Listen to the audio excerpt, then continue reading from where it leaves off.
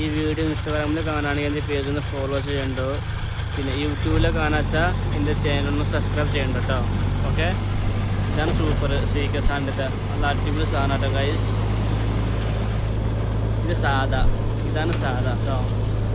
പിന്നെ സാധം ഈ ഏരിയയിൽ ഏറ്റവും റേഞ്ച് കൂടിയ സാധ നമ്മൾ കേട്ടോ, വാർപ്പൻ്റെ കേട്ടോ.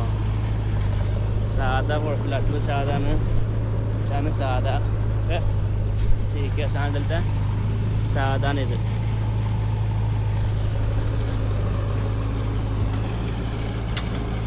സൂപ്പർ.